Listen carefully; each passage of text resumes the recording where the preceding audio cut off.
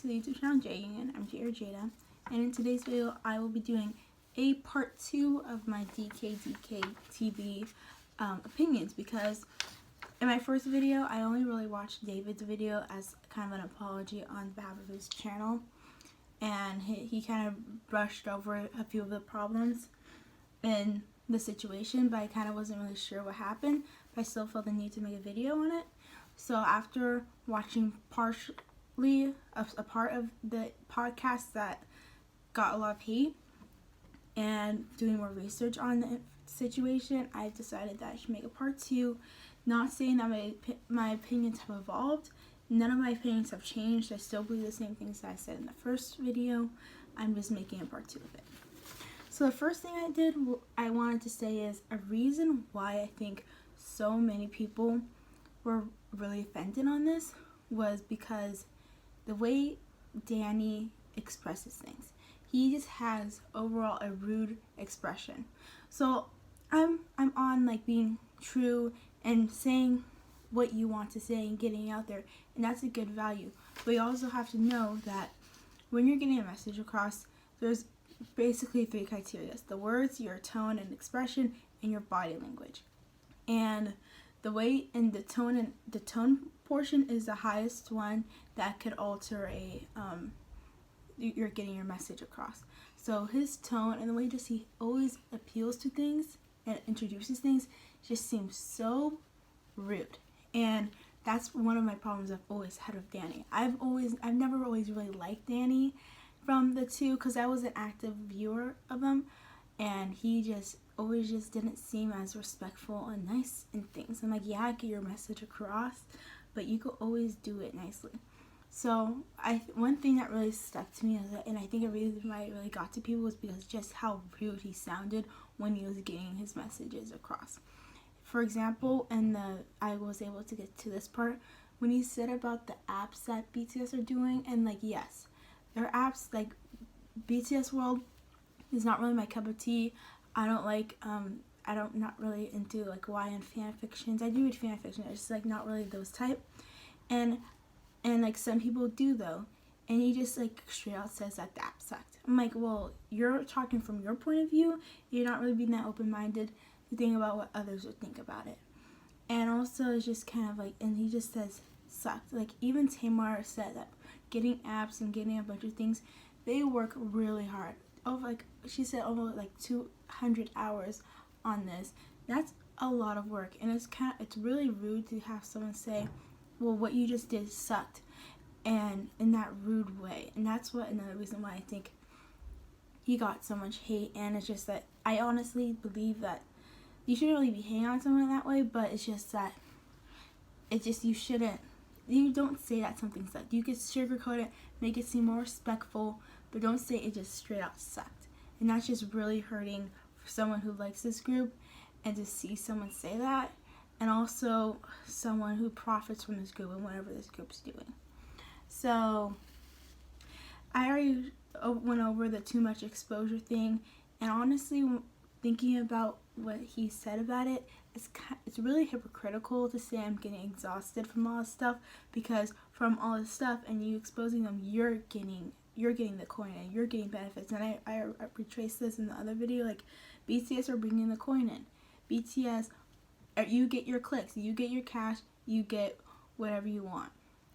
And I feel like throughout this whole interview, they've said Tamar and him were just looking at it through their perspective and their eye point. They weren't really looking at the whole general topic and generally. They're just looking at through their perspective of things, because they're saying, yeah, I wish BTS would slow down on stuff. Well, it's hard for you. You're the one who has to do the journalism on it and all that kind of stuff. It's hard for you. It might not be hard for everyone else. Maybe other people like getting exposed to BTS. Who knows? But it's hard for you and your job and you to sustain, because you want to cover other things, and it just might be hard for you. So it doesn't really seem like they were going through a broad perspective of things. Another thing and I did enjoy parts of the interview.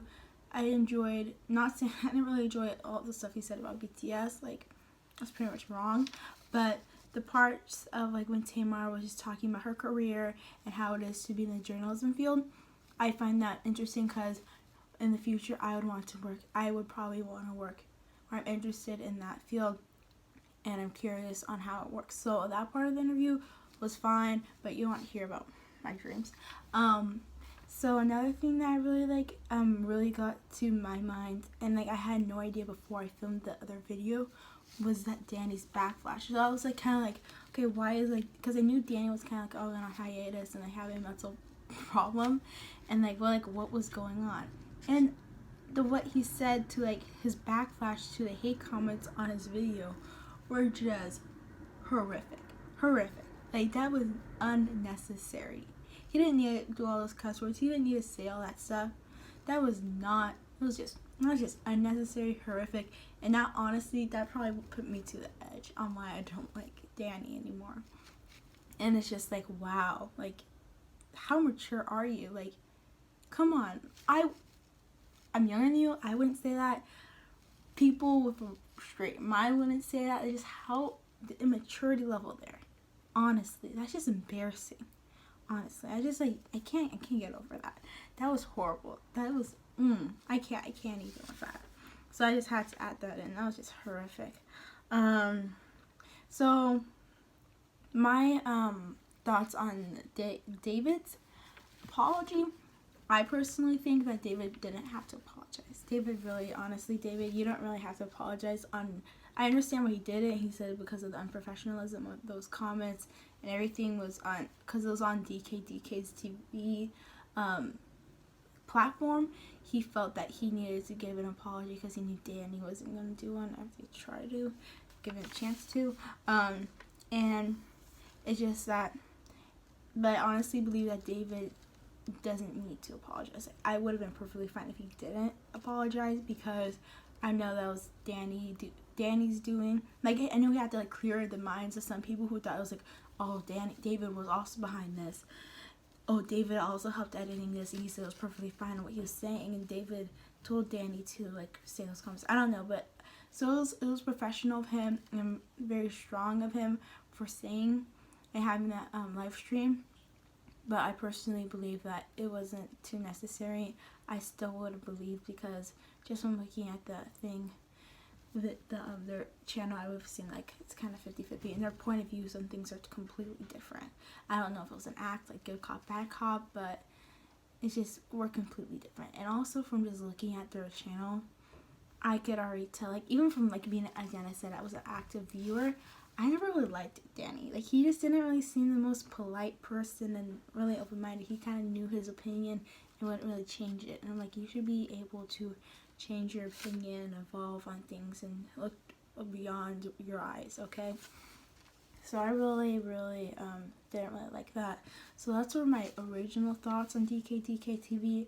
And another thing that really got me was that he made it seem that BTS worked for where they are. They've come from a small label, they've worked years, hard, a long time, and even for that, saying things that they do with suck, that's really hurtful. Honestly, BTS have worked hard. They deserve every little thing that's happening.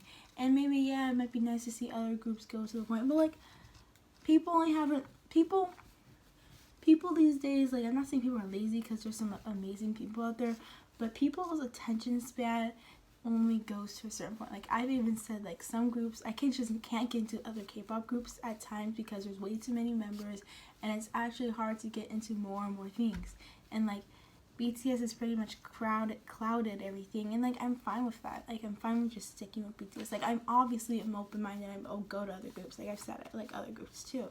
It's just that just let BTS have their time to shine, and when it's time to go, what David said, it will naturally surpass by.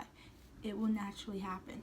So that was pretty much my part 2 of this. It wasn't really, so I just pretty much covered that, talking about his rude expressions, his backflash of things, and how hypocritical it was, and just that, and my thoughts on the channel. And also I wanted to add that I won't be unsubscribing to DKDKTV because it was all Danny's, and I don't want to be taking away from David, who was really mature and wise about what he said, because again, this was all on Danny's behalf, and Danny could do whatever he wants, and yeah, it's like I'm a person who forgives and forgets. Honestly, like, come out with an apology, I'll probably like, okay, cool, you're fine with me. I don't really hold grudges, so like I'm not gonna interfere with David's pursuit and David's occupation and just conflict with him by unsubscribing to the channel. But yes, my conclusion was I like David, not Danny. So like I'm so stan of, yeah, whatever. So please subscribe, like this video, comment below your thoughts, because why not? I'll read them. And thank you for watching this YouTube channel.